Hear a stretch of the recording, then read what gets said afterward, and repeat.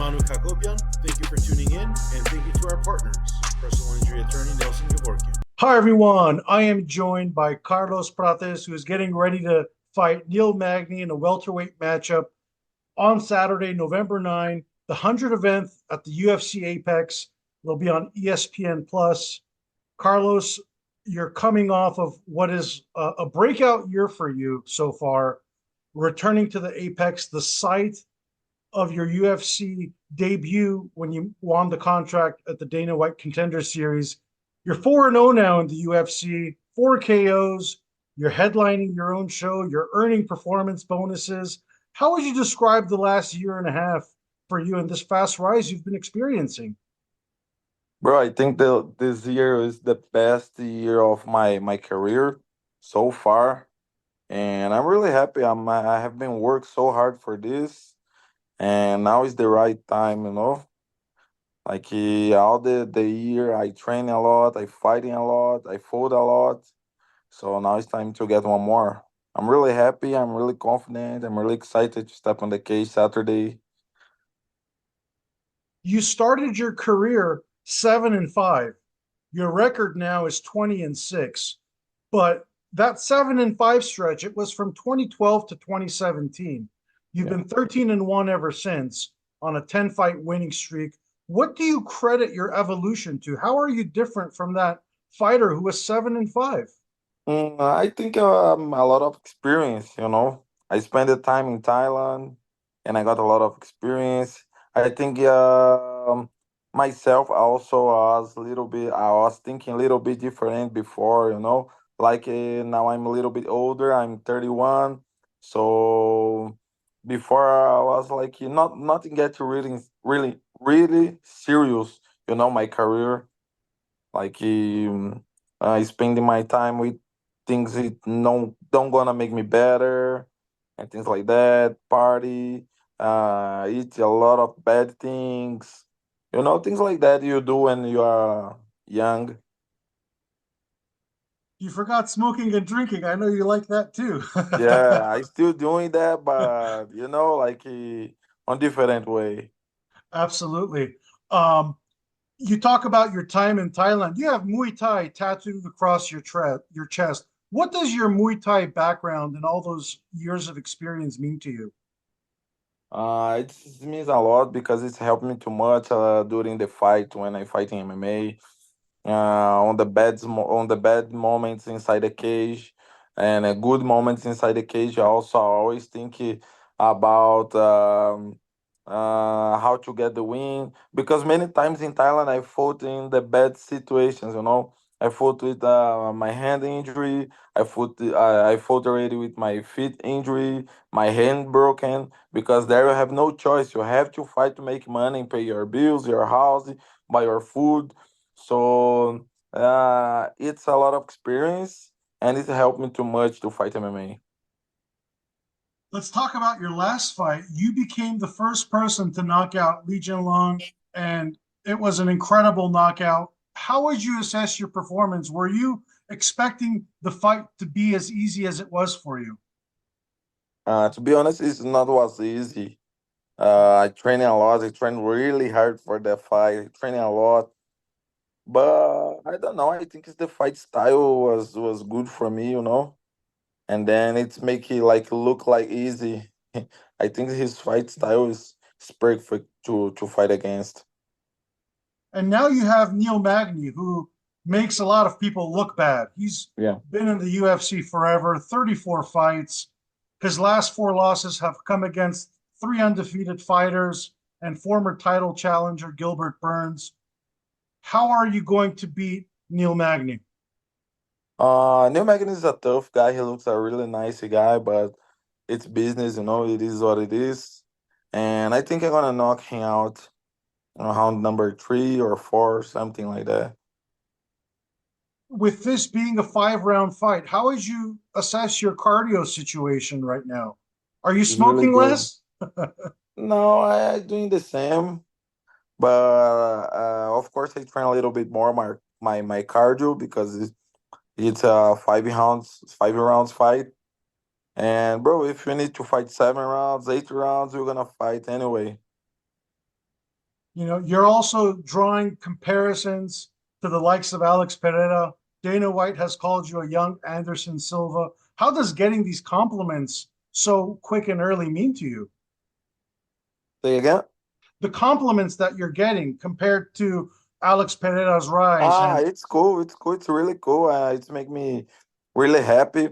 But Pereira is Pereira. Anderson Silva is Anderson Silva. I'm working to maybe in 5, 10 years, then I might come and say, "Hey, that guy looks like a Carlos Prates on his prime." You Mhm. know, You're Brazilian as well too, just like them. Who was your favorite Brazilian fighters growing up? at the moment, At the moment and in the past too. I think at the moment is Poitin, is Alex Pereira, but I don't know. It's hard to say just one, but I think Anderson Silva and Minotauro. What makes you different from the likes of Pereira and Silva and all of the other Brazilian greats before you?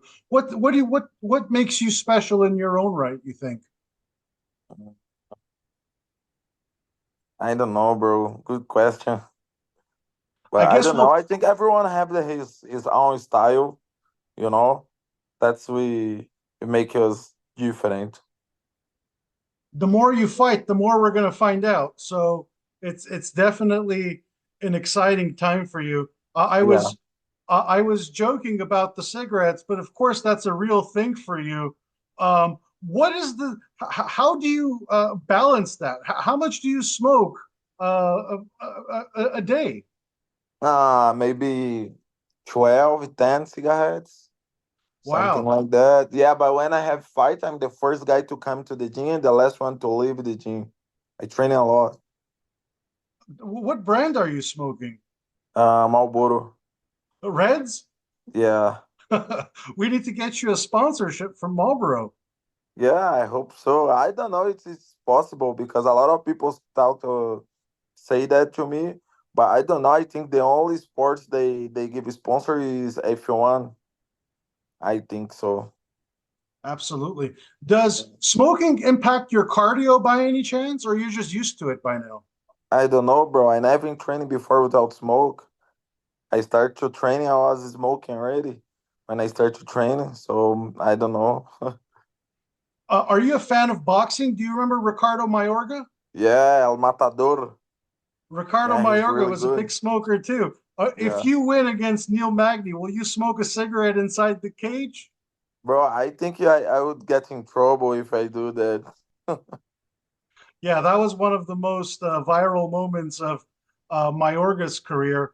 But Yeah. going back to Neil Magny, how would you assess him as an opponent? What are the challenges you think he's going to present to you? I think he's gonna try to take me down and different style of my last opponents. So different strategy, different way to the fight. You know.